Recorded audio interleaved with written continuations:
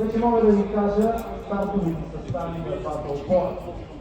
За Братрия, които ще играят в червени панелки, сини гащета и червени чорапи, на терена ще бъдат с номер 1 Георги Сергеевич, с номер 6 Борис Ефимов, 24 Георги Георгиев, 30 Станислав Кусаров, 3 Симеон Русин, 5 Димитър Маринов, 28 Теодор Георгиев, 7 Виктор Янчев, 22 Мартин Жоров, 27 Мартин Владимиров и 88 Самуил Манушов.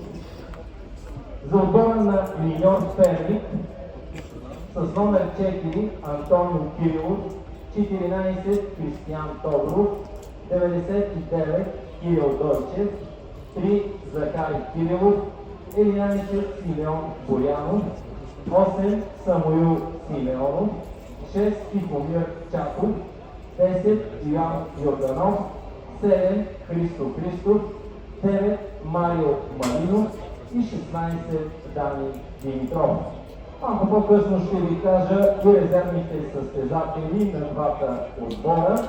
Мартин Иванов е наставника на Братрия, Георги Рушилков на миньор Перник. Главен съдия на двубоя е Михаил Павлов от Велико Търново, асистират му Християн Минков и Борислав Борисов, също от Велико Търново.